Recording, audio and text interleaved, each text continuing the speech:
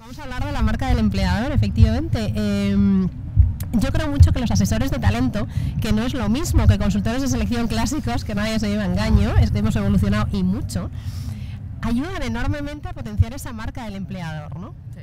Marcos, vosotros estáis inmersos en el tenedor en un proceso de integración con TripAdvisor. Imagino que tenéis súper presente y todos los días la marca del empleador, ¿no? Delante. Cuéntanos un poco acciones que estáis llevando a cabo ahora mismo. Bueno, en el tenedor ahora, tras la compra de TripAdvisor, estamos entrando en un mundo nuevo. Yo nunca he estado en ninguna multinacional. Para mí es la primera multinacional en la que estoy, que es TripAdvisor, que es una multinacional muy joven también.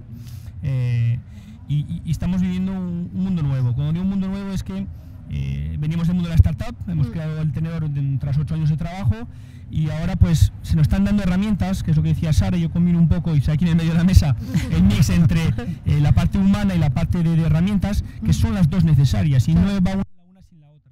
Pero nosotros hoy tenemos la parte muy humana dentro de la startup y TripAdvisor nos están dando herramientas para organizar, detectar, de poder ver cuál es el talento que tiene cada uno de los empleados que tenemos. Ayer lo teníamos que hacer un poco pues así, a dedo, a ojo. Ahora nos dan herramientas que nos van permitiendo detectarlo mucho mejor, organizarlo mejor. También herramientas internas que permiten a las personas desarrollarse, mejorar su nivel de inglés, mejorar su nivel de competencias en SEO, SEM, en lo que de verdad nos han dado una herramienta interna que se llama Passport, como TripAdvisor para viajar, y les da muchas herramientas a la gente interna para lo que necesiten. Y es muy interesante. Pueden dar desde cursos online, pero no online con una persona que te habla automáticamente, no. Se reúnen managers de diferentes países y ahí donde digo otra vez, sigue siendo también humano porque tenemos a una persona que está en Estados Unidos, otra en Londres, otra no sé, en Dubái, y entre ellos preparan esa reunión y van ayudando a los dos empleados. Eso para nosotros es muy nuevo. Y por otro lado, pues ahora también estamos organizando cursos internos, mecánicas, que de verdad ayudan a desarrollar a los empleados. Cosas también como para el ocio, no solo es una cuestión de trabajo, es que la gente se sienta más cómoda. Ahora, por ejemplo, otro día nos llegó un email de TripAdvisor que nos daban X dinero para que todos pudiéramos invertir en ir al gimnasio, en tener cursos para relajarnos, lo que quisiéramos. Y eso son cosas nuevas que de verdad estimulan mucho al equipo, les ayuda, y cuando alguien está más contento en una empresa es cuando mejor va a desarrollar su trabajo. Eso. Y yo mantengo desde el tenedor, y tú has estado en nuestras oficinas, para mí si alguien no viene contento y feliz a la oficina con una sonrisa, es que iba a decir, es que mejor no venga, no pasa nada. Déjame que meta una cuña, porque en el tenedor tienen un pasillo con unos cuadros en verde, como el logotipo, y tienen su manifiesto, ¿no? Y una de las cosas que a mí me llamaron la atención es eso, el sonríe, y estate todos los días sonriendo y no olvides la pasión, ¿no? No te la dejes en casa. Bueno, hay varios puntos, ¿no? Y esos dos me llamaron la atención, de hecho hice fotos y lo retuiteé. Creo que ese es un espíritu que efectivamente el tenedor nació como startup, pero que luego ahora, bueno, ya es otra cosa, es una empresón, ¿no? También con la compra de TripAdvisor, y que las cosas y la marca del empleador pues van evolucionando. Alfonso, cuéntanos alguno de tus muchos ejemplos relacionados con el Instituto Cervantes, porque esa es una marca de empleador muy, muy fuerte. Bueno, ¿alguna anécdota en un proceso? La marca tiene doble filo, porque la marca es muy atractiva de lo bueno y de lo malo. Por ejemplo, es muy importante intentar no reclutar a nadie de Al-Qaeda. Y esto, que parece una broma de mal gusto, es cierto, se ocurre. Cuando te llaman a Damasco a seleccionar personal y sabes que uno de los candidatos podría tener algún tipo de relación más o menos explicable, pues tu misión es muy distinta a la de un reclutador habitual. Yo quería decir que, por mi experiencia, yo no voy a criticar naturalmente las herramientas tecnológicas, pero según mi experiencia, el factor humano en la selección de personal es insustituible. La herramienta es válida, es útil porque te ayuda a seleccionar. También depende de lo que estamos haciendo, lo que queremos ser de mayores. Si queremos reclutar talento o queremos simplemente hacer levas de personas. Yo venía en el metro y venía pensando cuántas de las personas que estaban en el vagón habían sido reclutados en sus trabajos a través de redes. Yo de vez en cuando observo y digo, incluso me pensé si alguien me encargara en este momento de hacer una selección de personal en este vagón y dispusiera solo del trayecto Ópera Goya, ¿qué haría, no? ¿Qué haría? Necesitaría una herramienta, naturalmente. No podría hacerlo porque no tengo el factor tiempo, que yo decía antes que era absolutamente imprescindible. Bueno, hay personas que se muestran como son en una entrevista. Yo te contaba el otro día, aquella persona a la que empezó la entrevista le dijimos buenos días y Sí. ya no paró de hablar Sí, hasta los 25 minutos más tarde, ¿no? Habló de su hijo, de su marido, que también le había acompañado, las razones por las cuales Sí, quería venirse a vivir a Berlín, que no le interesaban a nadie, naturalmente, y perdió su oportunidad, ¿no? Pero el proceso, yo siempre he dicho que también forma parte del proceso, es decir, el ver cómo una persona muestra sus actitudes también forma parte del proceso de selección, porque no olvidemos que no estamos seleccionando personas, estamos seleccionando recursos humanos, y los recursos humanos no son las personas, Assets, como son las decías, habilidades. activos. En España, por cierto, hablaba antes de engagement. En España sabemos que el engagement de los trabajadores es muy bajo. Sí. Creo que es un 7, un 8% de trabajadores que se sienten concernidos, digámoslo así, enganchados, que sería la traducción más castiza de engagement, enganchados a su empresa. Y esto es un problema que empieza con el proceso de selección. Hay que reclutar a personas que se identifiquen con los valores de la organización. Es absurdo, si haces formación, como en nuestro caso, y además lo haces en el marco del diálogo social, reclutar a una persona que no crea ni en la formación ni en el diálogo social, o que sea abiertamente contraria por ideología o por cultura a esos valores esenciales de mi organización. Y otra cosa que se ha dicho al principio, yo siempre he dicho, y mi currículum no sé si es rico o pobre porque se podía ver de las dos maneras. He estado en tantos sitios que parece que no he estado en ninguno, ¿no? Pero eso también demuestra que probablemente, y yo soy un funcionario y además me siento muy orgulloso de serlo, por cierto, ¿no? De servir a lo público. Creo que en la administración, mejor que en ningún sitio, se demuestra lo que ha dicho Marcos antes, que muchas veces, bueno, yo digo siempre, como principio general, que la solución está en el mismo sitio que el problema. Siempre hay alguien dentro de la organización que puede cubrir esas expectativas de captación de talento. Acudimos fuera cuando no tenemos un bailarín, no tenemos un actor, no tenemos un productor ejecutivo, y lógicamente, pero yo creo que en la mayor parte de los casos los procesos de selección se buscan como un fin en sí mismo, dar la sensación de que es que hay que salir fuera para abrir las ventanas y que la organización coja aire. Y, bueno, no necesariamente, a lo mejor te equivocas, busca dentro de la organización, haz la selección de talento dentro de tu organización. Por cierto, si la haces dentro, procura que sea alguien de fuera la que lo haga, para no estar contaminado, y resolverás muchos más problemas probablemente que acudir fuera. Yo no soy contrario a las herramientas tecnológicas, al contrario, creo que son Ayudan muy útiles, muchísimo. pero creo que el factor humano es insustituible. Hablando y al hilo de lo que dice Alfonso, hablando de candidatos ideales. Están dentro, están fuera, y cómo les buscamos, ¿no? Yo tuve la oportunidad, cuando volví de Francia, tuve la oportunidad de dirigir un portal de e-commerce con todo lo que eso conlleva y darle una vuelta, y era un portal de e-commerce de venta de flores frescas, y os traigo esto y os lo cuento, la anécdota, ¿no? De una etapa de mi vida como ejemplo, porque me gustaría citaros a Jim McCann, que es un señor que creó el mayor, Sara es norteamericana, el mayor portal impresón, vamos a decirlo así, de venta de flores frescas, que se llama 1800 Flowers. Y este señor, permitirme que diga la cita exacta, dijo: yo soy un imitador de actitudes. A mí me gusta mucho relacionar el talento con la actitud. Soy un imitador de actitudes. Me rodeo de gente de cuya actitud puedo aprender. Vale. Entonces, hablando de talento, de actitudes y de candidato ideal, ¿es cierto que existe ese candidato ideal?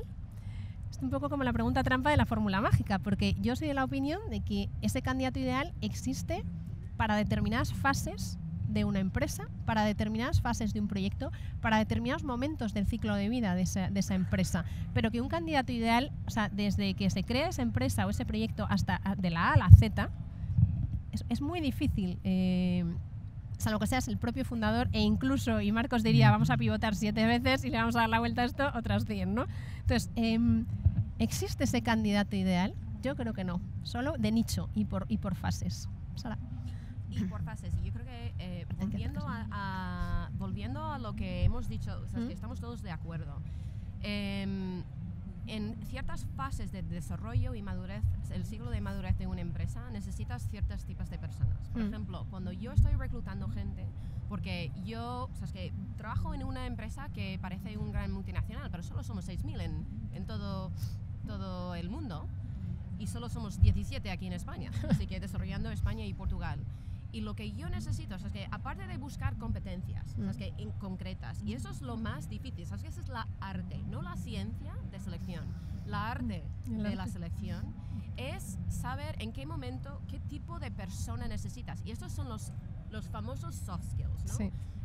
Resilience, que es una palabra que no tiene traducción al castellano, pero es más resistencia, la capacidad de aprender de fracasos y aplicar esos aprendizajes a una nueva situación. O sea, es que cuando tú estás en un modo de crecimiento exponencial, necesitas gente creativa, Necesitas gente con un espíritu emprendedor y sabe cómo trabajar bien con una empresa. Intraemprendimientos. Eso es. Necesitas managers que saben delegar. Y esas son cosas que son muy difíciles, ¿sabes? Que tachando cajas en una herramienta, un job description, es muy difícil identificar esas personas. Lo que tienes que hacer es saber qué cultura estás promoviendo en ese momento, impregnar esto, ¿sabes?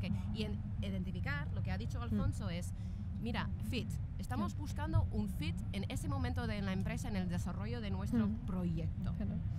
Y va por fases y va por proyectos. Así que no existe el candidato perfecto, pero sí existen los candidatos que adaptan bien a tu cultura y tu espíritu de, ¿sabes? La fase de madurez de tu proyecto. En ciertas fases. Sí puedes buscarles. Marcos, porque vosotros habéis pasado por muchas fases. 8 años da para mucho y ahora esta es la siguiente etapa.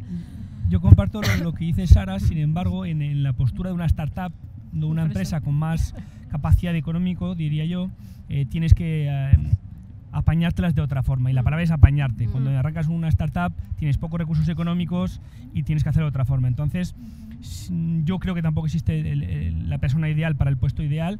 Sin embargo, creo que la empresa también tiene un rol de formación, de acompañamiento y de hacer evolucionar a las personas para que respondan a esa necesidad del momento adecuado. Entonces, sí que es verdad, como has dicho tú muy bien, ¿el CEO o el fundador tiene que seguir para siempre? No. Si es capaz de readaptarse a la necesidad de la empresa, podrá seguir. Si no, es importante también que sepa separarse porque él no responde. A lo mejor es bueno para arrancar una startup de fase semilla y hacerla crecer, y en ese momento dado, cuando ya ha crecido, pasarla a otra mano. Entonces, eso es la capacidad que tenga cada uno de adaptarse en esas situaciones. Nosotros, por ejemplo, hemos optado por elegir gente muy joven, con muchísima actitud, y siempre cuento una anécdota muy sencilla. Yo las entrevistas las veo por la actitud. O hay gente proactiva, que es la que nosotros buscamos, y está la otra. Si se cae un boli, hay gente que va a intentar recogerlo y hay gente que no se va a mover. El que no se mueve no se queda en el tenedor. El que tiene esa actitud va adelante, enciende la luz. Esa es la que nosotros queremos buscar. Entonces, es un ejemplo muy sencillo que explica muy bien lo que nosotros buscamos dentro del tenedor. Y después hemos apostado por la formación de gente joven. Cuando arrancamos teníamos una media edad de 22, después fuimos a 24 años, ahora estamos en 31, que sigue siendo muy joven. Que para Marcos esto es, pero yo no sé si para los que estáis aquí, o sea, 22 años de media y gente que viene ya con muchísimo potencial y de alto rendimiento, ¿no? Como decimos, o sea, es que es otra onda, ¿eh? Hay que cambiar el chip, sí, perdona. No, y después simplemente hemos desarrollado esas personas, esas actitudes, y hay gente que lleva con el tenedor 5 años, empezaron con 22, tienen 27, o ahora tienen 30, y lo que hemos hecho, en un momento dado que necesitamos otras competencias, otros skills, ha sido incorporar ya perfiles más preparados para lo que necesitamos, para llevar la empresa a un nivel más alto. Entonces, se trata de leer en qué situación estamos, como decía muy bien Sara, intentar detectar las necesidades que tienes en ese momento y adaptar tu empresa con esos valores y esas actitudes internamente. Pero es un trabajo que necesita mucho tiempo, como decía muy bien Alfonso. Y muy artesano, y yo lo llamo, ¿no? Los sprinters, ¿no? Del principio, los perfiles sprinters, y los perfiles más de carrera de fondo, que van poco a poco, esos de a partir de no sé cuántos años ya, de experiencia, y el hecho de poder sacar las cosas adelante, ¿no? El resilient que decía Sara, la tolerancia a. Sí. Tolerancia al estrés, tolerancia al riesgo, tolerancia al fracaso, tolerancia a tantas cosas, ¿no? Alfonso, ¿qué opinas sobre los candidatos ideales? Porque sí que tú sí que has visto un amplio abanico de perfiles. Yo creo que sí existe el candidato ideal, que es normalmente el que no viene al proceso. ¿El qué? El que no viene al proceso. Yo esto me lo apunto. A veces el candidato ideal es el que a mí no me gusta. Hay quien dice que la perfección es fascista. A mí la perfección me suele parecer sospechosa. No olvidemos que un proceso de selección siempre es un proceso de seducción del que está enfrente hacia el que está aquí. Y es muy difícil mantener a veces la cabeza fría ante determinados candidatos, porque son realmente buenos, sospechosamente buenos. ¿Usted habla hebreo? Claro. Él piensa que yo no puedo saber si habla hebreo. Claro. Bueno, pues resulta que sí habla hebreo, porque cojo su hebreo, lo mando a Tel Aviv y me dicen en Tel Aviv que efectivamente esta persona habla hebreo. Otro que venía detrás, que también hablaba muy bien hebreo, no tenía ni idea de hebreo. Es decir, el proceso de selección de personal es un proceso, insisto, perdonad por mi pesadez en el factor humano, porque el factor humano resuelve problemas que tienen mucho que ver con el modelo ideal que se nos presenta. En una red, y vuelvo a insistir en la utilidad de las redes, todos los modelos son ideales, todos los candidatos son ideales. Faltaría más. Bueno, que perdón. Perdón, entre comillas, perdón. Hay que explicar que no es lo mismo una red social, porque hay muchísimos tipos, que una red social profesional como LinkedIn, que un portal de empleo, con todos mis respetos. Entonces, los portales de empleo eran los de primera generación, lo hicieron muy bien a finales de los 90, perdóname Alfonso, pero para que todos, porque hay veces que mezclamos los conceptos y es verdad que es importante clarificar. Y que no es lo mismo lo que te puede aportar un portal de empleo que lo que te puede aportar y lo que te están aportando plataformas y herramientas como redes sociales profesionales. La gran ventaja de las plataformas es que tú ya has ganado la primera parte del proceso con la plataforma, y es saber qué personas quieren realmente formar parte de tu organización. Por eso decía lo de que se presentan como candidatos ideales, porque ellos ya quieren estar en tu organización, y eso es muy importante. No sé si recordáis que el presidente del Real Madrid siempre dice que para que un jugador pertenezca a la plantilla tiene que decir públicamente que quiere pertenecer a esa plantilla, es decir, quiere un engagement previo ya, compra un engagement ya. Entonces, en eso las herramientas tecnológicas son muy útiles, porque el candidato ya se presenta como deseoso de pertenecer a esa organización. A eso me refería. ¿Qué pasa? Que al hacerlo se presenta también necesariamente como un candidato ideal, y ahí está el factor humano para determinar si realmente las aptitudes AP y las actitudes AC de esa persona son congruentes con nuestros valores. Entonces, bueno, todo esto venía así. Por cierto, voy a hacer una pequeña reivindicación. Aquí hablábamos de la fascinación que nos produce la juventud. A mí me fascina el oficio y la experiencia. Y yo voy a romper una lanza, clic, en favor de los mayores de 50 años. Sí, pero que no hemos dicho que los candidatos más jóvenes sean los más... O sea, hemos dicho que efectivamente... Es más, hemos reforzado con perfiles mucho más experimentados. Pues enhorabuena. En el momento adecuado y cuando los recursos económicos nos lo permitieron. Quiero solamente añadir algo que estoy totalmente de acuerdo contigo, que el candidato perfecto puede ser alguien que no se presenta al proceso de selección. Y lo que ofrece redes sociales es identificar, ¿sabes qué? Aparte de los job boards, ¿vale? Los job boards, ¿sabes qué? Ahí tienes activos, gente que están activamente buscando empleo. En redes profesionales como LinkedIn, y hay otros, ¿sabes? Que Google Plus para desarrolladores, ¿sabes? Que hay un mogollón de niche, ¿no? de redes profesionales donde está la gente interactuando por otras razones. Así que sabemos en LinkedIn que solo un 20% de nuestros usuarios están en búsqueda activa de empleo. Solo un 20%, así que no es un job board, así que 80% haciendo otras cosas. Están haciendo negocios con grupos, están buscando información sobre su profesión o su futuro profesión, están haciendo investigación sobre una empresa, están desarrollando su negocio. Me llegan todas las semanas historias de gente de startups, de autónomos que realmente utilizan LinkedIn como su principal herramienta de negocio para desarrollar su negocio. Y cada vez más. Y cada vez más. Así que hablamos muchísimo en LinkedIn de candidatos pasivos. Exacto. Y sabemos que 80% de esas personas no están buscando, pero 60% están susceptibles a escuchar una oferta.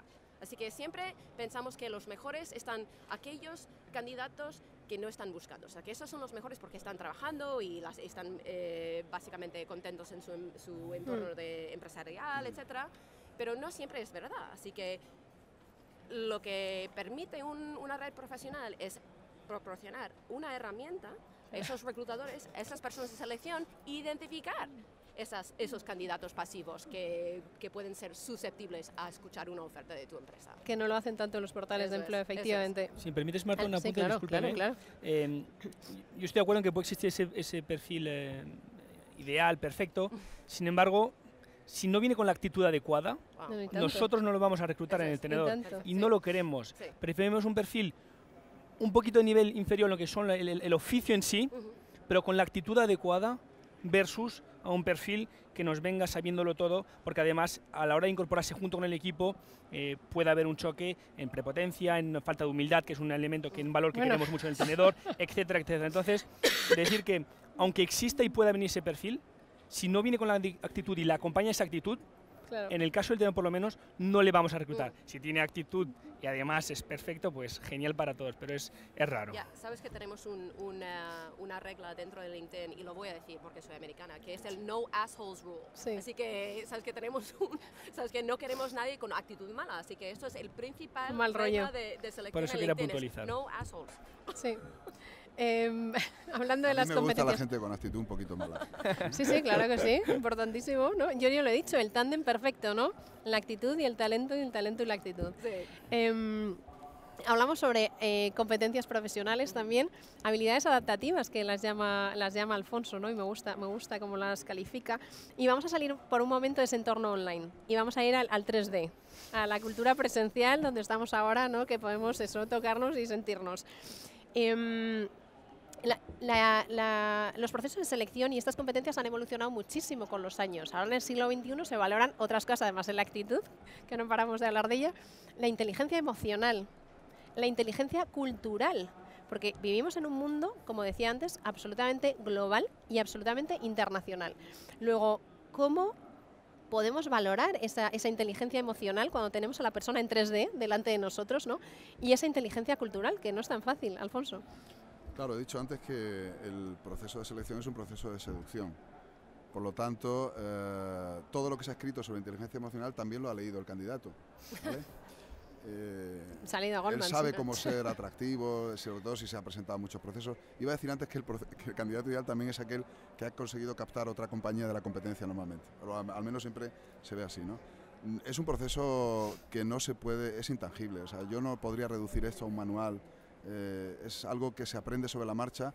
Bueno, en la administración decimos, los viejos funcionarios hablamos del oficio, lo que no está en los papeles, lo que aprendes en la práctica, lo que no se puede trasladar a un manual de procedimiento. Claro, entonces cada candidato, igual que cada enfermo es una enfermedad, se dice, ¿no? Cada candidato es un mundo y a cada candidato, por eso decía que la condición mínima de una persona que selecciona personal es la presencia, el tiempo y la disposición del propio reclutador y la empatía del propio reclutador.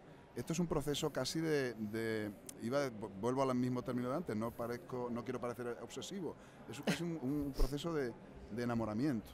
Si tú te enamoras de un candidato, profesionalmente hablando, ya tienes al candidato ideal. Si no te enamora, después de 200 entrevistas, también hay que tener en cuenta que la persona que selecciona personal es un ser humano, que se contamina también en el proceso de selección, que se cansa. No es lo mismo ver a un candidato a las 10 de la mañana que a las 10 de la noche. No es lo mismo ver al primer candidato que al candidato número 23. Es decir, esforzarse en la selección del talento es complicado. Necesitas personas preparadas.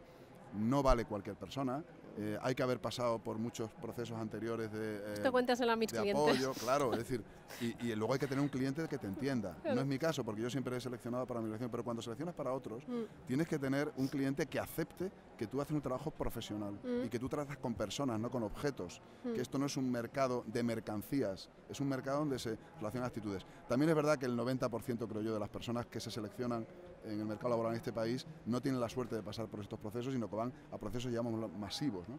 Además están luego las titulaciones, creo que era algo de lo Vamos que a hablar de ello en un momento, sí. Yo quería comentarlo ahora de paso porque a mí una actitud que me parece que se puede reconocer a simple vista es la actitud para aprender y para formarse. Sí. A mí un candidato que crea que lo sabe todo y que, bueno, además como nosotros vendemos formación, pues ya de paso hablo de mi libro, ¿no? No, pero si te lo iba a preguntar después, no te vas a quedar sin contar esto, no te preocupes.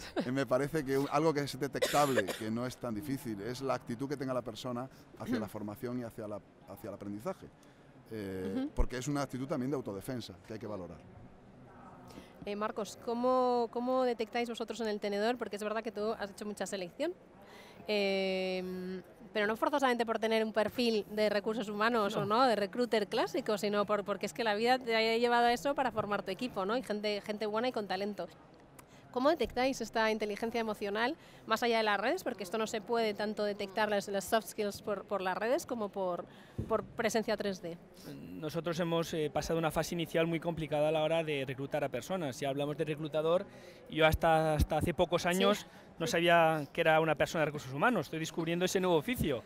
En 2006-2007, no sé si existía ya LinkedIn o no, pero era un momento inicial seguramente. Entonces no tenía la fuerza a lo mejor que tiene hoy, no teníamos esas herramientas que son excelentes para mí. Entonces hemos utilizado herramientas de base como son las universidades, donde hemos puesto nuestros anuncios, detectado, como decía, perfil jóvenes y trabajado con ellos, con gente justo, como decía muy bien Alfonso, con ganas de querer formarse, aprender, avanzar. Y esa es la forma que hemos arrancado. Hoy sí que es verdad, y creo que hay un trabajo muy importante que realizar en España, en nuestro país, y a lo mejor también en Europa, en formar mejor a los reclutadores, a los departamentos de recursos humanos. Yo cuando he descubierto a Marta, parecía que hablaba nuestro idioma, entendía lo que le decía y me sabía contestar. Esto no está preparado. No, y parecía un extraño. Y nos entendíamos, increíble. Me entiendo con alguien de recursos humanos. Nos entendíamos. No sé si ella me entendía, pero yo la entendía y estaba feliz de conocerla. Y es verdad que también creo que hay una necesidad de nivel de formación en los departamentos de recursos humanos. Creo que en España, me permitiré decir, no lo sé, y también en Europa o más, porque es un trabajo muy complicado. Hace falta mucha parte humana, muchas competencias y es difícil. Y hay una cosa que solo te lo da el oficio. Entonces yo me he ido formando en recursos humanos a base de hacerlo mal, a base de equivocarme. Es así, desgraciadamente. Hoy he delegado eso en profesional que tenemos internamente. Además, estamos también hablando con Marta para trabajar juntos y ver cómo podemos hacerlo aún mejor. Pero es todo un oficio que yo admiro y que desconocía hasta hace pocos años. Y es apasionante. Es increíble. Es apasionante. Con personas. Exacto, todo lo que tenga que ver con personas, ¿no? Y con talento. Hay algo, Sara, muy importante. Y creo que en LinkedIn esto lo contáis, ¿no? En vuestros discursos también cuando vais a ver a los clientes. Es el tema de los costes de una mala selección. Porque yo tengo apuntado también, yo soy muy de citas y de leer y de frases, ¿no? Entre los 10 principales problemas de una organización está el de la selección de equipos. Pero es que los 9 siguientes se derivan de una mala gestión en esa selección de equipos. Luego al final volvemos a la base, al asset, al activo principal que es la persona, ¿no? El que nos equivoquemos en un proceso de selección, el que nos equivoquemos porque somos humanos y el que esa persona que entra no funcione supone hasta 3 y 5 veces, de 3 a 5 veces el coste del salario de ese candidato que se ha incorporado y que no funciona. Cuéntanos un poco sobre ello. Pues primero quiero dejar algo muy claro, que creo que es algo que tenemos que cambiar, no solamente en España, pero en Europa. ¿Sabes? Que una tendencia que no es una tendencia, es algo que tenemos que cambiar. Desgraciadamente, y esto no aplica tanto a las pymes, porque hay mucha gente dentro de una pyme o un startup que todo el mundo lleva gorras distintas, sí, ¿no? Así que no hay una persona, ¿no?, dedicada a recursos humanos de selección. Pero avanzando un poquito en el tamaño de empresa, el problema que tenemos ahora mismo es que los profesionales de recursos humanos no están llevando su profesión como si fuera un negocio. Claro. ¿Qué quiere decir esto? No tenemos KPIs, ¿sabes? Que no tenemos métricas, no estamos midiendo lo que estamos haciendo. No estamos midiendo cuánto nos cuesta cuando tenemos un proyecto y tardamos más que 3 meses en el proceso de selección. ¿Cuánto dinero estamos perdiendo? Por 3 ejemplo, meses. HP lo sabe, porque ellos viven a base de proyectos. Y si ellos no tienen el perfil adecuado en el momento adecuado, pierden dinero. O sea, es que tienen KPIs con el cliente y ellos pierden dinero cuando no tienes esa persona en el proyecto. Y yo creo que lo más básico ahora mismo, lo que tenemos que hacer como profesionales de recursos humanos es escoger 3 o 4 KPIs para que empezamos a medir lo que estamos haciendo y el valor que estamos aportando a la empresa. Así conseguimos más recursos, porque esto es hablar el mismo idioma del CEO, el mismo idioma del CFO. O sea, es que esto nos eleva la imagen, ¿no?, del profesional de recursos humanos y lo pone, ¿sabes?, que al mismo nivel de un gestor de negocio de esa empresa. Ahora, cuando ya estamos midiendo el time to hire, ¿no?, el tiempo que tardamos en contratar esos perfiles más críticos en nuestra empresa, sabemos perfectamente cuánto dinero estamos gastando en estos procesos de selección, sabemos perfectamente qué estamos gastando en cada canal de selección, porque cada canal tiene un coste asociado, un tiempo y un coste. Cuando sabemos esto, es mucho más fácil, ¿sabes?, que ir a pedir más recursos, a saber perfectamente, ¿sabes?, que los tiempos que necesitamos para contratar a la gente y qué canales están funcionando mejor frente a otros. Claro, si estas son las famosas métricas, es que esto es muy básico. Me encanta lo que acaba de contar Sara. Nosotros tenemos unos pocos de KPIs, pero después hablaremos porque creo que nuestro departamento de recursos humanos necesita ser más escuchado por la junta directiva, que no le da el valor adecuado, y es una pelea constante que tenemos con la Junta, yo mismo con mis propios socios, y creo que en medirlo lo hacemos, pero seguramente Sara tendrá un KPI que les hable más a la dirección y al CFO. Hay que definirlos bien, efectivamente, hay que definirlos bien. Hablábamos, y le he prometido a Alfonso, sobre temas de formación, ¿no? El año pasado hubo una polémica y bastante grande y saltó en los medios de comunicación que grandes corporaciones decían y afirmaban además que se basaban en elegir a ese candidato ideal o idóneo para esa posición en base a dónde habían estudiado, en base a determinadas, pues los top 3 o los top 5 de las universidades europeas o universidades americanas, ¿no? Y bueno, pues se entonaron un poco estas grandes corporaciones el mea culpa diciendo, bueno, es muy importante el talento, no es solo el título, ¿no? Creo que la estrategia que habíamos adoptado pues a lo mejor no era del todo válida. Tenemos la parte privada, la parte pública. En el tema de formación para el empleo, ¿no? ¿Cómo afecta esto, esos títulos y esa buena formación que dais también vosotros o que facilitáis en los procesos de selección? ¿Qué valor añadido? Bueno, como decía, depende de lo que uno quiera hacer en el proceso. Hay profesiones y oficios que están regulados. Por lo tanto, necesitas un carnet profesional, necesitas un título. Eso si es, tú quieres sí. un médico, espero que consideres lo importante que es tener el título de medicina. Si no, estás haciendo un mal proceso de selección. Si quieres reclutar un frigorista, que es una profesión regulada, un oficio regulado, necesitas a alguien que tenga ese carnet que lo facilita la formación para el empleo. Son profesiones, oficios, cuyas titulaciones vienen del mundo de la formación para el empleo, no de la formación profesional reglada, sino específicamente de la formación profesional no reglada, que es a lo que nos dedicamos nosotros o lo que nosotros intentamos ordenar y financiar. Por lo tanto, en lo que yo creo que es la mayor parte de los oficios, de los puestos de trabajo de este país, aquí estamos hablando de un nivel probablemente que escapa a lo que nosotros hacemos. Evidentemente la titulación y la formación técnica son, como digo, incluso a veces requisitos legalmente imprescindibles. Imaginaos, por ejemplo, un conductor de autobús que necesita un título que se llama CAP, ¿no? Sí. Yo en esto me siento un poquito marciano, porque claro, cuando hablamos del sector público y sector privado, yo pienso que para una empresa privada, afortunadamente para ella y lamentablemente para el trabajador, deshacerse, entre comillas, de un trabajador que ha sido producto de un error de selección es relativamente fácil. Imaginaos en el sector público es exactamente lo contrario. En el sector público puede que sea las organizaciones públicas son las que menos dinero gastan en selección porque el dinero se lo gasta el candidato. Es decir, yo los 3 años que estuve preparando mis oposiciones me los pagué yo. A cambio, la administración corre un gran riesgo conmigo. Hace una mala selección y luego, por las lógicas garantías de que disponemos en la función pública, pues los procesos de resolución de esa mala selección son más complejos, ¿no? Por lo tanto, el coste yo creo que es que hay que asumirlo, es decir, no te queda más remedio. Tampoco puedes intentar ir a procesos en los que el coste sea necesariamente cero. Por supuesto, hay que medir los riesgos, hay que medir también los resultados, pero no obsesionarse tampoco con eso porque hay un margen estructural, digamos, un gap que es irresoluble o que resolverlo es tan caro o tan costoso por la organización que no merece la pena. Y la formación ayuda precisamente a no equivocarse. Muchos empresarios agradecen que existan las certificaciones profesionales que se obtienen a través del subsistema de formación para el empleo. Incluso títulos que no tienen ese carácter oficial le dan una indicación muy potente al empresario en relación con la empleabilidad de esa persona. A veces, para el trabajador incluso, el hecho de disponer de una titulación le supone no solamente a nivel moral y a nivel psicológico un apoyo, sino que incluso hace que la categoría a la que pueda optar sea mucho más acorde con sus aptitudes y con su actitud profesional. Por lo tanto, para nosotros la titulación no es un mero dato estadístico ni es un derecho del trabajador, es algo que además los poderes públicos tienen que promover por ley, las certificaciones profesionales, y creemos que además que es una gran ayuda para el empresario y para la persona que se dedica dentro de la organización a seleccionar personal. A veces porque es obligatorio y otras veces porque es indicativo de las capacidades contrastadas ya de esa persona por una entidad externa, que es la propia administración. Tenemos unos minutos finales. Me gustaría hablaros de unas cifras. Creo que Marcos las conoce. El año pasado hicimos un estudio sobre talento en startups y salieron cosas muy interesantes, como por ejemplo, el 88% de los CEO se quejaban de que no encontraban a los candidatos adecuados, con la cantidad de talento, como digo yo, que hay en España, y es verdad.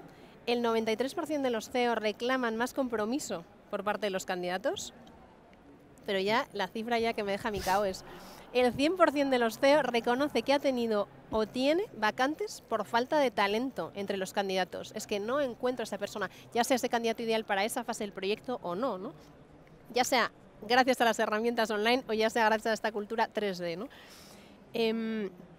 Me gustaría preguntarle a Marcos, y es ya la última pregunta porque quiero ya hacer un resumen. ¿Qué es mejor, rodearse de perfiles visionarios o de perfiles ejecutores?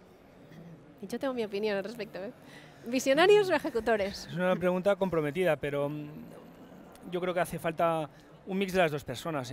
No puedes tener o todo blanco o todo negro en nada en la vida, no puede ser de extremos. Yo soy más de equilibrio. Hace falta gente que te apoye en un momento dado con visión para ir mucho más allá, y hace falta gente que te pueda apoyar en ciertas tareas pues, más ejecutivas. Sin embargo, los datos que acabas de contar me parecen sorprendentes y sorprendentes de comillas. Simplemente los apruebo y nos pasa lo mismo. Ahora tenemos ciertos puestos que están abiertos de hace meses y no conseguimos, y lo sabes bien, no encontrar esos perfiles. Entonces, estamos ante una dificultad y es verdad que vemos candidatos que vienen a una entrevista de trabajo y no se han estudiado la empresa a la que van a presentarse, ni se han leído nada, ni han visto un vídeo. Entonces, con la primera pregunta ya queda descartada esa persona para el puesto. Y eso también creo que hay una parte del otro lado, que son los candidatos, en hacer su parte del trabajo para poder aplicar a un puesto. Eso es un poco la situación en la que nos encontramos y es una verdadera dificultad. También probablemente nosotros tenemos una parte de responsabilidad y sabemos que no estamos haciendo bien las cosas, tenemos que mejorar la parte de recursos humanos en cómo detectar esos talentos, y creo que hay un mix de las dos partes, pero ni visionario ni ejecutivo. Yo creo que hace falta un mix de los dos y por contar una broma, pero al final es curioso.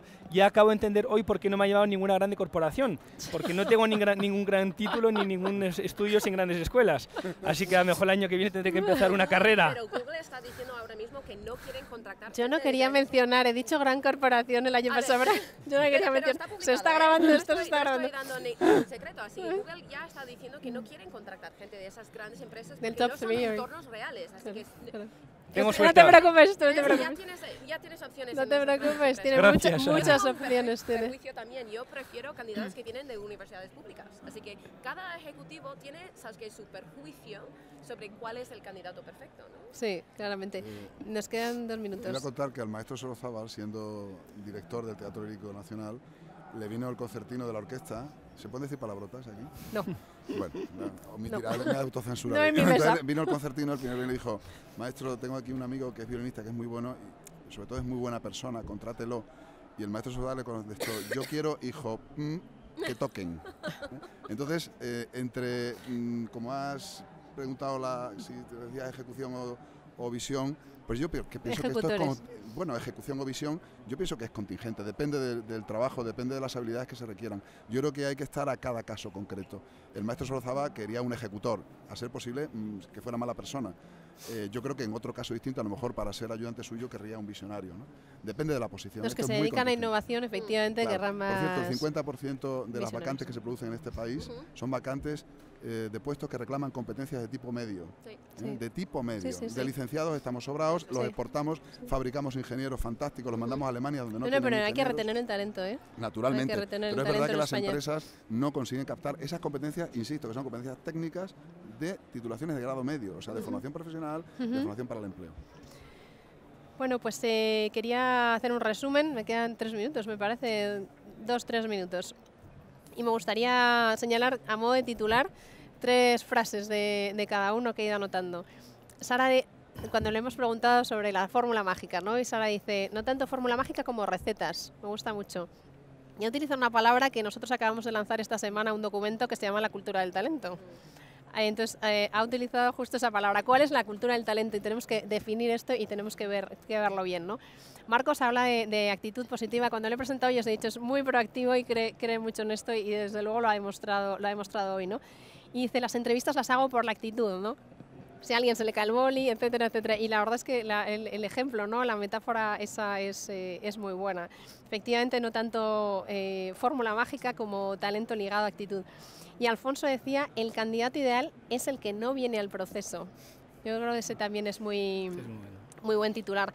Quería daros las gracias a los 3. Ha sido un placer, Sara, Marcos y Alfonso, teneros aquí y lanzar una pregunta, ¿no? Una reflexión a los que estáis pues hoy escuchándonos. A mí me gusta, sí. A mí me gusta lo de las citas, ya lo habéis visto, ¿no? Y me quedo mucho con conceptos. Butler dice que hay 3 grupos de personas, a lo mejor vosotros ya lo habéis oído, ¿no? Las que hacen que las cosas pasen, las que miran las cosas que pasan y las que se preguntan ¿y qué pasó?, ¿no? Entonces, me gustaría que nosotros fuéramos parte de ese cambio, ¿no? Como los anglosajones que dicen los changemakers, y que seamos ese grupo de personas, o por lo menos que lo hayamos intentado hoy, ¿no? Esta mañana durante 1 hora, que seamos de los que hacen que las cosas pasen. Muchísimas gracias por haber venido. Buenos días.